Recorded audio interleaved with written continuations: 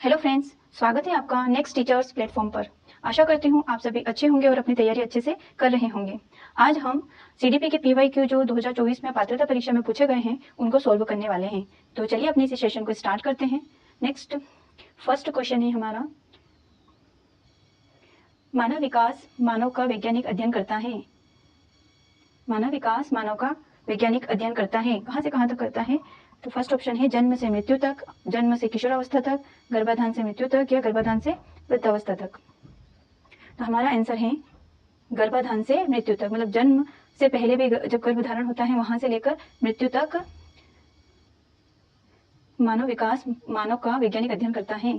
ठीक, next question, गर्भावस्था की प्रथम अवस्था कहलाती है ovum stage, embryonic stage, foetal stage, infant stage.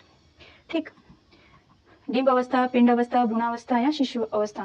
तो हमारा करेक्ट आंसर हो जाएगा गर्भावस्था की प्रथम अवस्था है डिंब स्टेज, ओव्यूम स्टेज। इसको जर्मिनल स्टेज भी कहते हैं। क्या कहते हैं?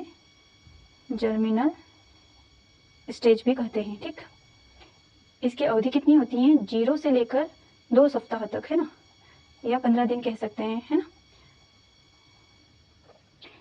इस स्टेज की बात करते हैं तो ये 0 से 2 हफ्ता तक चलती हैं और इसमें जो बालक की आकृति होती है एक बीज के समान होती है। किसके समान होती है? एक बीज के समान होती है, जिसको क्या कहा जाता है? जिसको युक्ता कहते हैं, है ना। क्या कहते हैं? युक्ता कहते हैं, मतलब जाइगोट। ठीक, जाइगोट कहा जाता है उस बीजनुमा आकृति को। और ये जो युक्ता जो जाइगोट है ये अपना आहार योग नामक पदार्थ के रूप में लेता है। किसके रूप में? योग नामक पदार्थ के रूप में।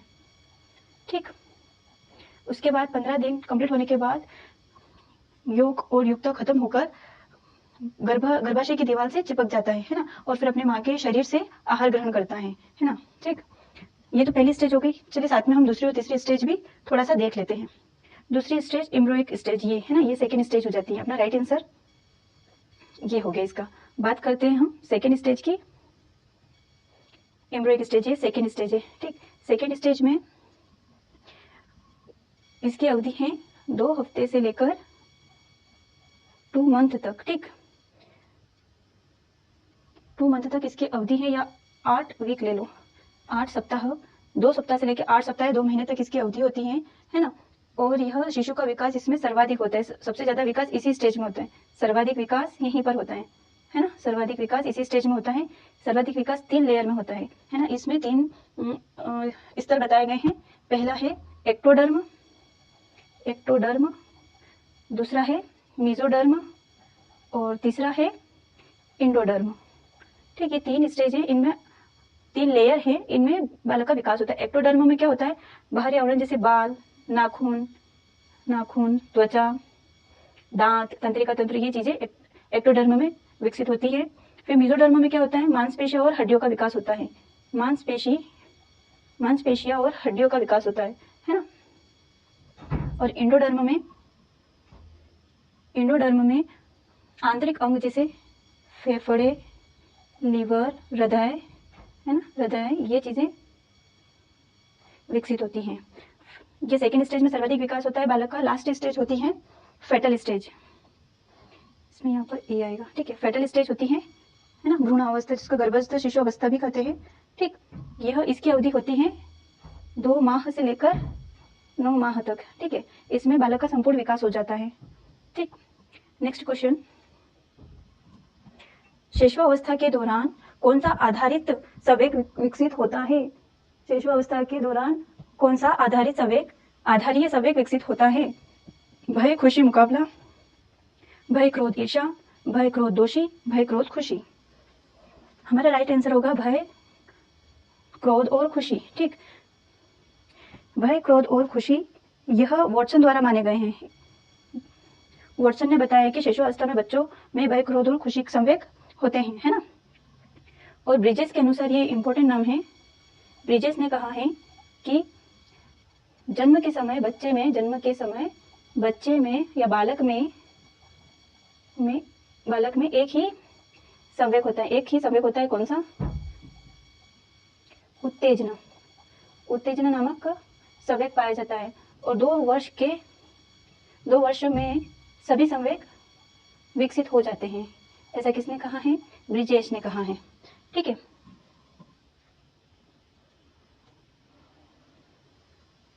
नेक्स्ट क्वेश्चन, पियाजे ने देश में बच्चों के विकास के अध्ययन के लिए एक लेबोरेटरी स्कूल का आरंभ किया। कहाँ किया? भारत में, जेनेवा में, अमेरिका में या मलेशिया में? तो हमारा राइट आंसर होगा जेनेवा में किया है। ठीक, पियाजे एक स्विट्जरलैंड के निवासी हैं और स्विट्जरलैंड में ही जेनेवा है। ठीक है, पियाजे ने बालक के विकास की 4 अवस्थाएं बताई हैं, है ना, जो नेक्स्ट क्वेश्चन में पढ़ने वाले हैं हम। देखिए, पियाजे के अनुसार कॉग्निटिव संज्ञानात्मक विकास की प्रथम अवस्था है ना, कॉग्निटिव डेवलपमेंट की अवस्था पूछी है ना, संज्ञानात्मक। पियाजे किसके प्रतिपादक है? संज्ञानात्मक विकास का सिद्धांत इन्होंने दिया है, संज्ञानात्मक विकास का सिद्धांत। इसे और क्या कहा जाता है? इसे विकासात्मक मनोविज्ञान का सिद्धांत या पियाजे को विकासात्मक मनोविज्ञान के जनक के रूप में भी जाना जाता है ना। इन्होंने बालक के विकास की 4 अवस्था बताई हैं। पहली है सेंसरी मोटर अवस्था, दूसरी है पूर्व चालक परिचालन अवस्था, तीसरी है ठोस परिचालन अवस्था और चौथी है औपचारिक संचालन अवस्था। ठीक है, ये 4 अवस्थाएं बताई हैं। इनकी अवधि है 0 से 2 वर्ष, है ना, 0 से 2 वर्ष है। फिर सेकेंड की है 2 वर्ष से लेकर 7 वर्ष, फिर तीसरे की है 7 वर्ष से लेकर 11 वर्ष और चौथे की है 11 वर्ष से लेकर 15 वर्ष या प्लस कर सकते हैं। ठीक, ये चारों अवस्थाएं जिन पियाजे ने दी हैं। और पहली जो अवस्था है इसको इन्होंने 6 सब स्टेजेस में बांटा है, जिसको हम डिटेल में पढ़ेंगे। एक अलग टॉपिक जिन पियाजे को उठाकर एक नए सिरे से अच्छे से जिन पियाजे को पढ़ेंगे। ठीक है, नेक्स्ट क्वेश्चन, पुरुषों एवं महिलाओं में निष्पक्ष रहने की प्रक्रिया को कहते हैं लैंगिक निष्पक्षता, लैंगिक संवेदनशीलता, लैंगिक जागरूकता, लैंगिक समानता। तो हमारा आंसर होगा लैंगिक निष्पक्षता। ठीक, अगर पूछते कि लैंगिक संवेदनशीलता क्या होती है तो ये आंसर जाता, जागरूकता क्या होती है तो ये लैंगिक जागरूकता हो जाती, समानता के बारे में पूछते तो लैंगिक समानता आ जाती, है ना। क्वेश्चन अगर ऐसे बनते पुरुषों एवं महिलाओं में समानता होने की प्रक्रिया क्या कही जाती है तो लैंगिक समानता हो जाती है। ठीक, नेक्स्ट क्वेश्चन, व्यक्तित्व के संबंध में पर्सोना का अर्थ है, व्यक्तित्व के संबंध में पर्सोना का अर्थ है प्रभावशीलता, सौंदर्य, मुखौटा या शारीरिक बनावट। तो इसका आंसर होगा मुखौटा। ठीक, पर्सोना जो शब्द है यह एक लैटिन वर्ड है ना, कौन सा वर्ड है? लैटिन वर्ड है। नेक्स्ट क्वेश्चन, सतत और संपूर्ण मूल्यांकन के लिए अनिवार्य है अध्यापन के साथ टेस्ट का सूक्ष्म समायोजन, शिक्षा बोर्ड के उत्तरदायित्व को कम करने, अधिकतया उत्पन्न होने वाली त्रुटियों के बदले कम उत्पन्न होने वाली त्रुटियों को ठीक करने, शिक्षण को किस प्रकार अवलोकन और रिकॉर्ड कर बेहतर बनाया जाए जिसे समझने में आसानी हो। ठीक है, तो हमारा आंसर होगा शिक्षण को किस प्रकार अवलोकन और रिकॉर्ड कर बेहतर बनाया जाए जिसे समझने में आसानी हो। ठीक, नेक्स्ट क्वेश्चन, देश को अभिप्रेरित शिक्षण का एक संकेत माना जाता है कक्षा में अधिकतम उपस्थिति, शिक्षक द्वारा दिया गया सुधारात्मक कार्य, छात्रों द्वारा प्रश्न पूछना, कक्षा में पूर्ण शांति, पिन ड्रॉप साइलेंस। तो हमारा आंसर होगा छात्रों द्वारा प्रश्न पूछना, है ना, जहां बच्चा एक्टिव है वो हमारा पॉजिटिव आंसर होगा। ठीक, नेक्स्ट क्वेश्चन, छात्रों के लिए कौन सा गुण सबसे महत्वपूर्ण है? कड़ा परिश्रम, आज्ञा पालन, नम्रता या स्वतंत्र सोच विचार। तो आंसर होगा बच्चे में सबसे अच्छा महत्वपूर्ण गुण होता है स्वतंत्र सोच विचार। बच्चा जितना स्वतंत्रता से सोचता है, विचार करता है, वो क्या सोच पाता है उसका सबसे अच्छा गुण या लक्षण यही होता है। ठीक है, नेक्स्ट क्वेश्चन, पियाजे के संज्ञानात्मक विकास के सिद्धांत के किस चरण में भाषा का विकास शुरू होता है? Sensory motor, concrete operational, formal operational या प्री ऑपरेशनल। तो भाषा का जो विकास है वह होता है प्री ऑपरेशनल स्टेज में भाषा का विकास स्टार्ट हो जाता है ना। सेंसरी मोटर स्टेज 0 से 2 वर्ष वस्तु स्थायित्व का अभाव होता है।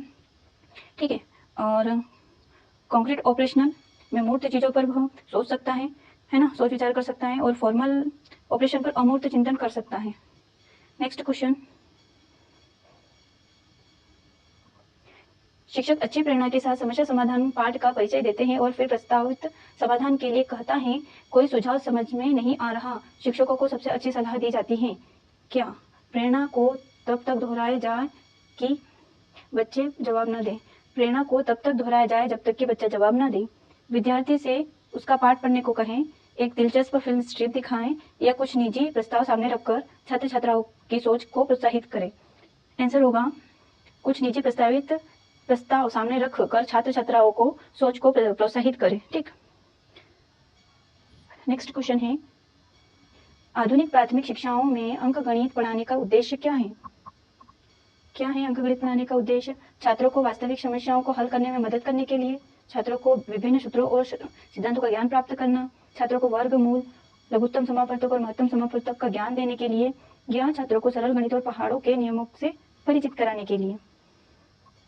आंसर होगा छात्रों को वास्तविक समस्या को हल करने में मदद करने के लिए अंकगणित को पढ़ाने का उद्देश्य होता है। ठीक, नेक्स्ट क्वेश्चन, सतत पुनर्बलन अनुसूची में से क्या तात्पर्य है? विषय के व्यवहार की परवाह किए बिना सतत पुनर्बलन होते रहते हैं। सतत प्रतिक्रिया देना सुदृढ़ीकरण की आवश्यकता है। प्रत्येक सही प्रतिक्रिया पुनर्बलित होती है। त्रुटियां होने पर भी पुनर्बलन होता रहता है। तो हमारा आंसर होगा प्रत्येक सही प्रतिक्रिया पुनर्बलित होती है। ठीक है, नेक्स्ट क्वेश्चन, इस तरह से बोलना या लिखना जिसका असर अन्य लोगों पर पड़े उसे देश भाषा कही जाती है। उपयोगितावाद, व्यवहारिकता, प्रवीणता या प्रदर्शन। आंसर होगा उपयोगितावाद।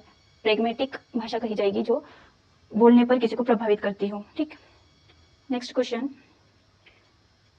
मिलान करें और नैतिक विकास की अवस्था का चयन करें। पहला है प्रथम अवस्था, द्वितीय अवस्था, तृतीय अवस्था। इनको इससे प्रथम अवस्था से मैच करना है, कौन सा मैच करेगा? प्रथम अवस्था नैतिक विचार, परंपरा और कानून व्यवस्था द्वारा नियंत्रित होती है। नहीं, प्रथम अवस्था में क्या होता है?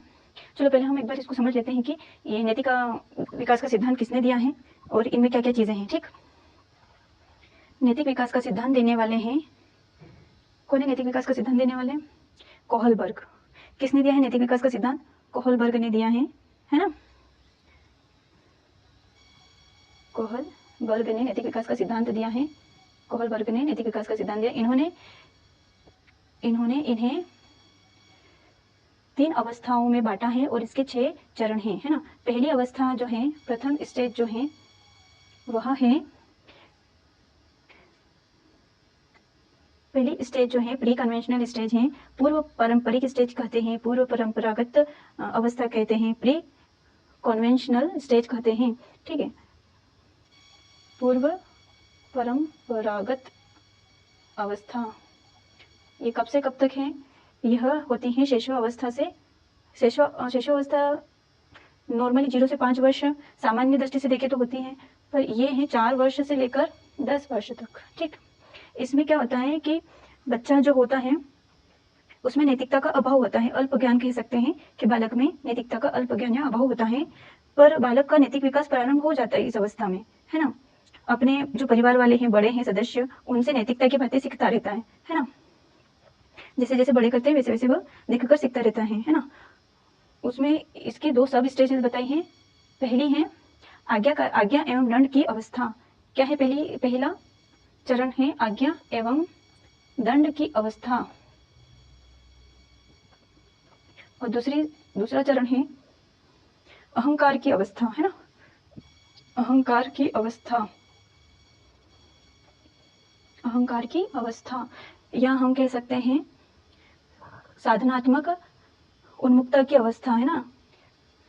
इन स्टेज में होता है कि बच्चा या तो आज्ञा मान लेता है या दंड ले लेता है। बच्चा ये कहता है मैं इनकी बात नहीं मानूंगा तो मुझे सजा मिलेगी, है ना? और सेकंड स्टेज में होता है टिट फॉर टेट भी कहते हैं इसको, टिट फॉर टेट भी कहते हैं, जैसे को तैसा, है ना? इसमें क्या होता है, एक एग्जाम्पल है कि अगर आप मुझे कुछ लेने भेज रहे हो या आप मुझसे कुछ काम करा रहे हो तो बदले में मुझे रिटर्न चाहिए। जैसे क्लासरूम में ही अगर कोई बच्चा किसी से खाना शेयर करता है तो फिर कहता है कि मैंने तुझसे खाना शेयर करा है, तुझे भी मुझे अगले दिन खाना शेयर कराना पड़ेगा। टिट फॉर टेट का अगर कोई मार देता है तो वो तुरंत उसे रिटर्न फिर मार देता है, तो ये टिट फॉर टेट का इसमें सेकेंड चरण में ये चीजें हैं। ठीक है, दूसरी स्टेज की बात करते हैं तो दूसरी स्टेज है कन्वेंशनल स्टेज, मतलब परंपरागत या पारंपरिक अवस्था। दूसरी स्टेज है परंपरागत अवस्था। इसके सब स्टेज कह सकते हैं, इसके स्तर कह सकते हैं, ये भी 2 में बटे हुए हैं। पहली है good girl good boy stage, है ना? Good girl good boy stage, good girl good boy stage, good girl and good boy stage. इसमें बच्चा प्रिटेंड करता है कि मैं अच्छा हूँ, अच्छा बनने के लिए समाज के जो भी नियम कानून हैं उनके नियंत्रण में ही रहता है, उसका उल्लंघन नहीं करता। मतलब खुद को अच्छा बताना, दूसरों के सामने है ना अपनी प्रशंसा करवाना, ये सब चीज़ें हैं फर्स्ट चरण में। फिर सेकंड में यह आ जाती है कि बच्चा इसमें नैतिक विचार और परंपरा का जो कानून है उसके नियंत्रण में रहता है, जो कानून बनाए गए हैं उसी को फॉलो करता है ना। और तीसरी अवस्था हो जाती है पोस्ट कन्वेंशनल स्टेज, उत्तर परंपरागत अवस्था। उत्तर परंपरागत अवस्था, इसका जो अवधि है वह है 13 वर्ष के बाद तक, है ना, 13 वर्ष बाद तक। और इसका है 10 साल से 13 साल तक। ठीक, इसमें सब स्टेज हैं। पहली है सामाजिक समझौते की अवस्था, सामाजिक समझौते की अवस्था, सामाजिक समझौते की अवस्था। और दूसरी है विवेक की अवस्था, दूसरी है विवेक की अवस्था। पहली अवस्था जो सामाजिक समझौते की अवस्था, इसमें यह होता है कि बच्चा इतना समझ तो जाता है कि कौन से नियम सही है, क्या कानून सही है, क्या बात गलत है, ये तो समझ जाता है। पर कुछ ऐसी कंडीशंस होती है कि उसमें वो समझौता कर लेते हैं कि नहीं ठीक है, ये चीज़ नहीं हो, इस चीज़ से ये चीज़ नहीं हो रही, तो थोड़ा सा संशोधन करके हम इसको सही कर सकते हैं, है ना। और सेकंड में क्या होता है कि विवेक की अवस्था, इसमें वह खुद के विवेक से इस काम को करता है, वह अपने नैतिक मूल्यों पर चलता है। अगर कोई चीज़ गलत है ना, और वो समाज कानून के लिए सही है लेकिन उसके अकॉर्डिंग गलत है, अगर किसी की जान जा रही है, कुछ ऐसा है, तो वो फिर अपने विवेक से ही अपना डिसीजन लेता है ना। तो इसमें ये लास्ट स्टेज ये आ जाती है कि वो खुद से ही अपने डिसीजन को अपने नैतिक मूल्यों के अकॉर्डिंग डिसीजन लेता है ना। तो हम अब मिला लेते हैं। प्रथम अवस्था क्या आएगा, अल्प नैतिक बोध। मैंने बताया आपको कि प्रथम अवस्था में उनको नैतिकता का अभाव होता है, तो पहले का तीसरा आ जाएगा, पहले का सी। ये ऑप्शन गलत, ये भी गलत, 2 मैच करे हैं। द्वितीय अवस्था सामाजिक व्यवस्था में नियंत्रण रहता है, तो नैतिक विचार परंपरा और कानून व्यवस्था द्वारा नियंत्रित होते हैं। तो दूसरी अवस्था ए से मिल रही है, मतलब दूसरा का ए, तो ये हमारा आंसर ये आ जाता है। ठीक है। और तृतीय अवस्था में मानवीय गरिमा पर जोर पूरे युवा अवस्था तक रहती है ना। ठीक, नेक्स्ट क्वेश्चन, इनमें से कौन सा कथन गलत है। सामाजिक आचरण भेदभावजनक उपयुक्तों से प्रारंभ होता है। प्रारंभिक बाल्यकाल में सामाजिक उपयुक्त केवल अपने आसपास के वयस्कों के मद्देनजर होते हैं। सामाजिक प्रतिक्रिया आरंभ में आत्म केंद्रित होती हैं और मूलभूत जरूरतों की पूर्ति पर केंद्रित होती हैं। सामाजिक भागीदारी में बढ़ोतरी, टकराव और आक्रोश में वृद्धि करती हैं। इस बात की अनुभूति होती है कि कौन मित्र है और कौन नहीं। तो हमारा राइट आंसर होगा सामाजिक आचरण भेदभावजनक प्रत्युत्तरों से प्रारंभ होती है। ठीक, नेक्स्ट क्वेश्चन है, सीखना एक है क्रमिक क्रिया, अंतिम क्रिया, तत्काल क्रिया, सभी समावेशी क्रिया। तो सीखना जो है ना एक क्रमिक क्रिया है, एक सीक्वेंस में। आपने सुना होगा सुबह वाली की, है ना, सुनना, लिसनिंग, बोलना, स्पीकिंग, रीडिंग और राइटिंग, ये एक सीक्वेंस में सीखे जाते, पर ऐसा जरूरी नहीं है कि सीक्वेंस में सीखे जाएंगे, आगे पीछे भी हो सकते हैं, है ना, पर एक क्रमिक प्रक्रिया है ना। ठीक है, नेक्स्ट क्वेश्चन, एक बच्चा रोने लगता है जब उसकी दादी उसे उसकी माँ की गोद से ले जाती है तो बच्चा रोता है, ऐसा क्यों होता है। सामाजिक चिंता के कारण, भावनात्मक चिंता के कारण, अजनबी चिंता के कारण या जुदाई की चिंता के कारण। तो बच्चे का माँ से भावनात्मक जुड़ाव होता है, इसलिए उससे भावनात्मक चिंतन के कारण वो ऐसा करने लगता है। दादी कोई अजनबी नहीं है जिसे अजनबी होगा, हमेशा के लिए दूर नहीं कर रही है ना, तो भावनात्मकता से जुड़ी हुई है, इसलिए भावनात्मक चिंतन आंसर होगा।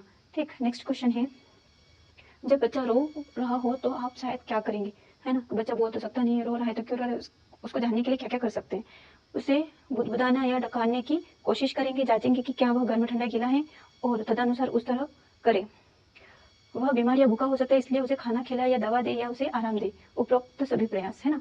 तो हमारा आंसर हो जाएगा उपरोक्त सभी प्रयास। क्यों, क्योंकि हम इन सब चीज़ों को ट्राई करेंगे तभी तो हमें पता चलेगा कि बच्चे को क्या तकलीफ है। अगर वो बोल पाता तो डायरेक्ट बोल देता कि मुझे भूख लगी है, तो डायरेक्ट उसको खाना खिला दे, है ना, पर वो बोल नहीं सकता ना, तो हमें सारी चीज़ें करनी पड़ेगी। ठीक, नेक्स्ट क्वेश्चन, ट्रिपल एंटीजन किसके प्रतिकूल संरक्षित करता है। टिटनस, काली खांसी, डिप्थीरिया, काली खांसी, दस्त, polio, diphtheria, salmonellosis, hepatitis, pertussis, tetanus, typhoid. हमारा राइट आंसर हो जाएगा टिटनस, काली खांसी और डिप्थीरिया। ठीक, नेक्स्ट क्वेश्चन, समावेशी शिक्षा प्रणाली में हमें देश मूल्यांकन प्रणाली की आवश्यकता होती है। कठोर, विविध, केवल लिखना, केवल पढ़ना। समावेशी शिक्षा में किस तरह की प्रणाली की आवश्यकता होती है। कठोर का कोई काम नहीं है, विविध, तरह तरह की प्रणाली को आप यूज करोगे, अलग अलग चीजों को यूज करोगे, है ना, क्योंकि समाजी शिक्षा का मतलब क्या है कि सभी तरह के बच्चे एक जगह एक साथ एक छत के नीचे पढ़े, और वह अलग अलग हो सकते हैं, है ना, सबका IQ अलग हो सकता है, शारीरिक विकास अलग होता है, मानसिक विकास अलग होता है, तो हर तरह की प्रणाली को यूज करना जरूरी होता है। ठीक, नेक्स्ट क्वेश्चन, जब हम बच्चों को शिक्षा प्रणाली से बाहर करते हैं तो समाज में एक देश शुरू हो जाता है ना। बच्चों को शिक्षा प्रणाली से बाहर करना, नेगेटिव बात पूछी है। ठीक, तो क्या शुरू हो जाता है, समावेशन शुरू हो जाता है, विविधता शुरू हो जाती है, सीमांकन शुरू हो जाता है, यह स्वीकार होता है। क्या होता है, तो ये हमारा आंसर होगा सीमांकन, है ना। उन्हें हम दूर कर रहे हैं उस चीज से, तो एक सीमा में बांध रहे हैं कि, तो इसका आंसर हो जाएगा सीमांकन शुरू हो जाता है ना।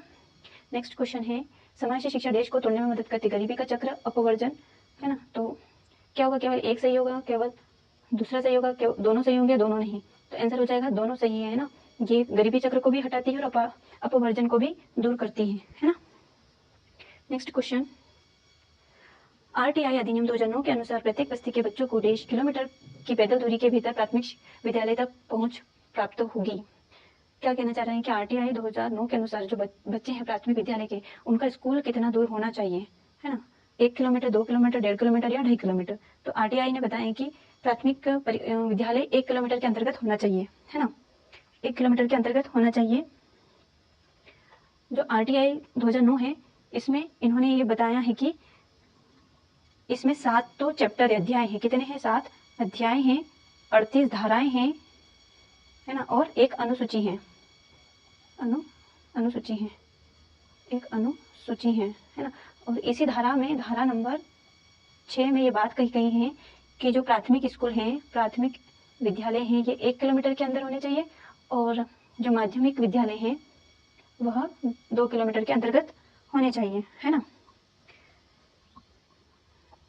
नेक्स्ट क्वेश्चन, निम्नलिखित में से कौन सा कुछ अल्पसंख्यक समुदाय के बच्चे के स्कूल से जल्दी बाहर होने का कारण है। पहला, आर्थिक बाधा, कारीगरों के रूप में बच्चों का काम करने में लगना, घरेलू गतिविधियों में बच्चों की व्यस्तता।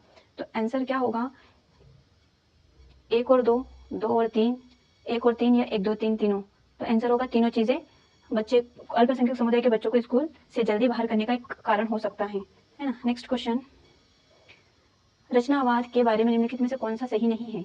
बच्चे दुनिया के बारे में अपने ज्ञान का निर्माण करते हैं और इसके परिणाम स्वरूप उनके संज्ञानात्मक कार्य के स्तर में सुधार होता है। रचनावाद का केंद्रीय विचार यह है कि मानव शिक्षा का निर्माण किया जाता है। कोई भी पूर्व ज्ञान इस बात को प्रभावित नहीं करता कि एक व्यक्ति नए सीखने के अनुभव के लिए कौन से नए या संशोधित ज्ञान का निर्माण करेगा। लास्ट, रचनावाद सीखने के लिए एक दृष्टिकोण है जो मानता है कि लोग सक्रिय रूप से अपना ज्ञान बनाते हैं और यह वास्तविकता शिक्षार्थी के अनुभव से निर्धारित होती है। तो हमें नहीं पूछा गया है, तो हमारा आंसर होगा, कोई भी पूर्व ज्ञान इस बात को प्रभावित नहीं करता है कि एक व्यक्ति नए सीखने के अनुभव के लिए कौन से नए संशोधित ज्ञान का निर्माण करेगा। ये आंसर है हमारा, क्योंकि पूछा ही नेगेटिव है, इसलिए ये आंसर सही होगा। नेक्स्ट क्वेश्चन, निम्नलिखित में से कौन सा कारक निर्धारित करता है कि अधिगम कितनी आसानी से और शीघ्रता से किया जा सकता है। अभिप्रेरणा, कौशल, संवेग या अभियोग्यता। तो आंसर क्या होगा, क्या डिसाइड करता है ना। तो हमारा जो एप्टीट्यूड है, जो अभियोग्यता है, यही निर्धारित करेगा कि अधिगम कितना आसानी से और कितना शीघ्रता से किया जा सकता है ना। ये हमारा लास्ट क्वेश्चन था। मैं आपको कुछ बताने वाली हूँ। हम जैसे ये जीन पियाजे हो गए, वाइगोत्स्की हो गए, ये आरटीआई 2009 हो गया आरटीआई, है ना। 2005, 2020 भी आ गई है ना। ये जीन पियाजे, जिससे इसी शिफ्ट में कम से कम 4 क्वेश्चन देखने को मिले, है ना। ये हो गए, वाइगोत्स्की हो गए, कोहलर हो गए, इनका जो नैतिक विकास का सिद्धांत है, इनको हम डिटेल में पढ़ेंगे। और डिटेल वाइज जो क्लास वो आएगी वो बहुत जल्द आने वाली है आपकी, है ना, जिससे हमारा जो टॉपिक है कम्प्लीटली माइंड में बैठ जाए और उससे रिलेटेड कोई भी क्वेश्चंस आए तो हम आसानी से बना पाए। डीप में पढ़ेंगे, बहुत अच्छे से पढ़ेंगे, तो जुड़ना ना भूलिएगा, ठीक है। आई होप सेशन अच्छा लगा होगा। सो प्लीज़ चैनल को सब्सक्राइब कीजिए, लाइक कीजिए, शेयर कीजिए। धन्यवाद। जय हिंद।